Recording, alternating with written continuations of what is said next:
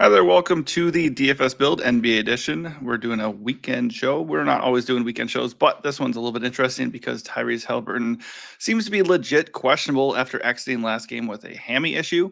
So that warrants a breakdown for sure. A lot of value to be had if indeed Haliburton is out.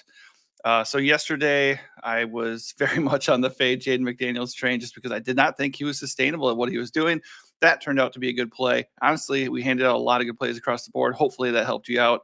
And then the only one that wasn't good was I didn't really want to buy into Mike Conley just because he does not have a high ceiling, and he was pretty good. So that was the one main miss yesterday, but hopefully you did all right. So today's game has a 7.5-point spread. The series shifts over to Indy for game 3. Pacers are in a 2-0 hole, and the game total is 222.5. So we know it's still going to be a fast-paced environment, and if the game stays close, it could be a lot of fun for obviously DFS purposes.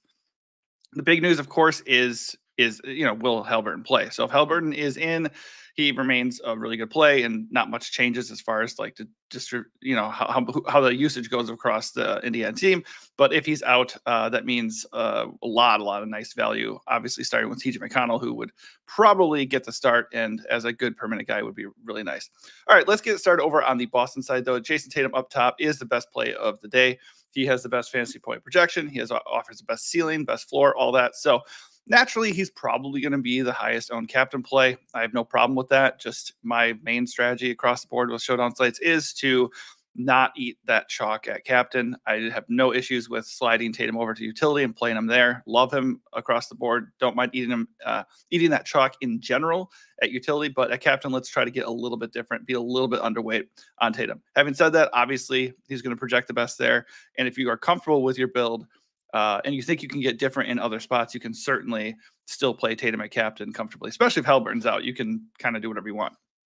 And that's really the case with Showdown slates in general. Just remember, regardless of what I say, who I like for a given slate, if you nail a right guy at captain, I mean, you kind of have to get lucky with sometimes if you're going for a value play at captain. If you nail the right guy at captain, you kind of can do whatever you want.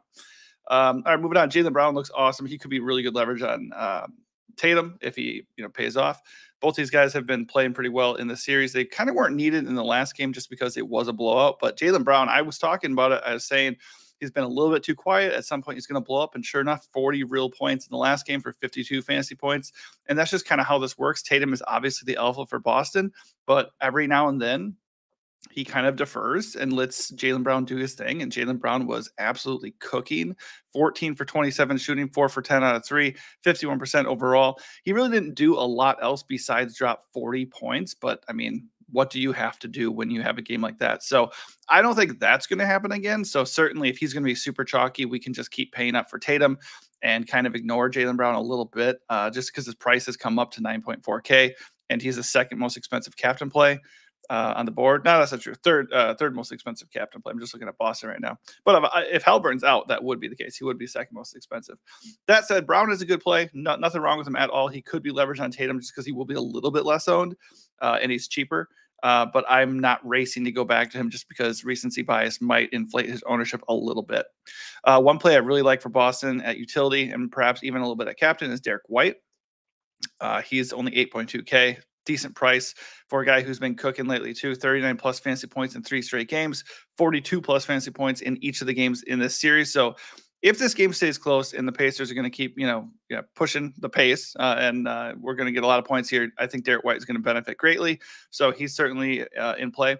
The guy that I don't really like for Boston, I'm going to keep saying it. It's kind of the same thing like I was talking about with Jaden McDaniels. I've been talking about it with Drew Holiday, and that's the guy. Obviously, he's been playing great. There's no doubt about it. 38 plus fantasy points in 36 plus fantasy points in 4 of his last 5 games. He had a big 50-point fantasy game 2 games ago, and he had a 41-point fantasy game too. So I knew he was going to come back down to earth a little bit. He did get that double-double, which let him get 36 fantasy points in his last game. And he has just been crazy efficient. I just don't think it's sustainable. It's not going to keep up. The nice thing to see that helped me feel a little bit better is that he only took 7 shots in the last game. So the blowout helped a little bit, but the high usage rate that he had in the previous game, 16 shots, I just don't think that is who he is. Even in this matchup, I just don't think that's going to continue. So while he certainly can have a good game, and at 7.6K, he's totally fine. I would prioritize Derek White over him for sure. And I'd definitely go up and pay for Jaylen Brown over him as well if you're just looking at Boston plays. So Drew Holiday is okay, but I think his price is elevated a little bit, and I don't think what we've been seeing is going to keep going. So I would probably be underweight on him today. Al Horford looks to be just solid at 6.4K. I have no problem with Al Horford. Assuming the game can stay close, we know the guy's going to get 35 plus minutes. I don't expect him to get that 58-point fantasy explosion he had 3 games ago. The game after that, 31 fantasy points, is probably more about what I'm expecting out of him. And if he can do that, I have no problem using him at utility. Doesn't really have that ceiling, at least not consistently, that he displayed 3 games ago to make me want to captain him. But as I said, if you want to captain Al Horford, I mean, you certainly can do that. As far as value goes, I mean, Boston value is actually pretty interesting if you think this game blows out. Obviously, if Haliburton is out, it's very, very likely that it ends up going that way. Luke Cornett, I believe, is injured. He's doubtful. So Luke Cornett being out is pretty big. Xavier Tillman could probably enter the rotation here. Xavier Tillman is 2K flat, so he looks like a pretty interesting value. If it was a bigger slate, I probably wouldn't entertain him quite as much. But on a showdown slate, a guy who's 2K flat is very, very interesting. I don't think I'd captain him just because he's coming into a role where Luke Cornett was playing like 13 or 15 minutes off the bench. But 13 or 15 minutes off the bench at 2K, that's very interesting to me for sure. Then you have guys like Sam Hauser and Peyton Pritchard, who are probably the other guys that we would really be serious about.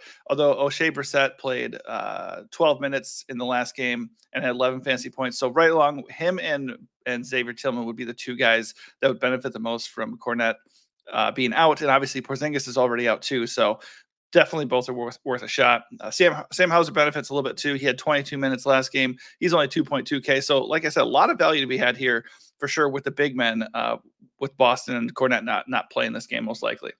And Pritchard, he's going to lose a little bit of ownership here just because people are going to be gravitating towards these big men. So we certainly could kind of ignore them a little bit if we wanted to, or be a little bit underweight on some of these guys and just go attack Pritchard, who's going to play about 20 to 25 minutes, depending on how the game goes. And he's just a really good permanent guy at 4K. So if his ownership is going to be low, I think he's pretty appealing, especially if those other guys, because those guys could end up eating into each other. So that is the thing that's definitely worth noting for them. All right, so over to Indy we go. Obviously, if Haliburton is out, that is massive news. If he's in, he seems like a really good play and certainly a viable captain option. He did not play well in the last game, 30 fantasy points. Well, I shouldn't say not well. He was fairly efficient. He just didn't have a ceiling game. He wasn't going off or anything. He was on pace for a double-double for sure. So I think he would have been just okay. The previous game, game 1, 54 fantasy points. He was certainly feeling it. So I think he can have success in this matchup, even with Drew Holiday on him. Obviously, the question is he going to be healthy and is he going to be active?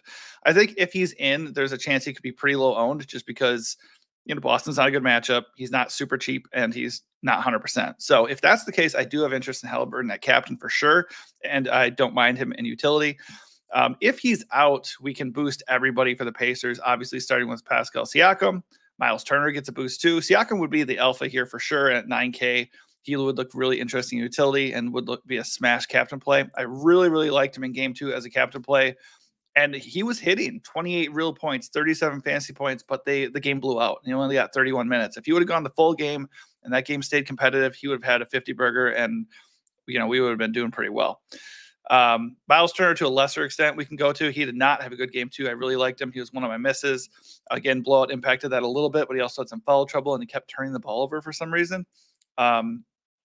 Which was disappointing because he had 23 real points. He had a double-double and 46 fantasy points in game 1. So he was definitely, connecting and having success in this matchup. So I think he can do that again. And with the series shifting back to home in game 3, I think he looks really good either way. His price has come up a little bit. So I'm not, making him a core play by any means. But if Haliburton's out, he would be very, very close to one. If Haliburton's in, Andrew Nembhard, TJ McConnell, Aaron Nesmith are just kind of all there. Again, at similar prices, similar roles. McConnell has the best ceiling. He's going to have the best projection regardless of Haliburton's status.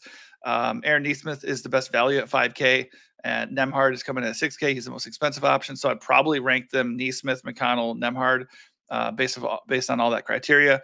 But, if you're looking at just minutes, Nembhard and Nesmith are going to be the guys that are going to be out there playing the most of the game if the game stays close. McConnell's capped at about 20 to 25 minutes max. But if Haliburton's out, McConnell would be the play because I would imagine he would start. And even if he doesn't start, we would feel pretty good about him getting 25 to maybe even 30 minutes with Haliburton out there. Obviously, Haliburton possibly being out would open up even more value. Ben Shepherd already had a roll off the bench. 23 minutes last game in a blowout. He's been playing 17 plus minutes in basically every game.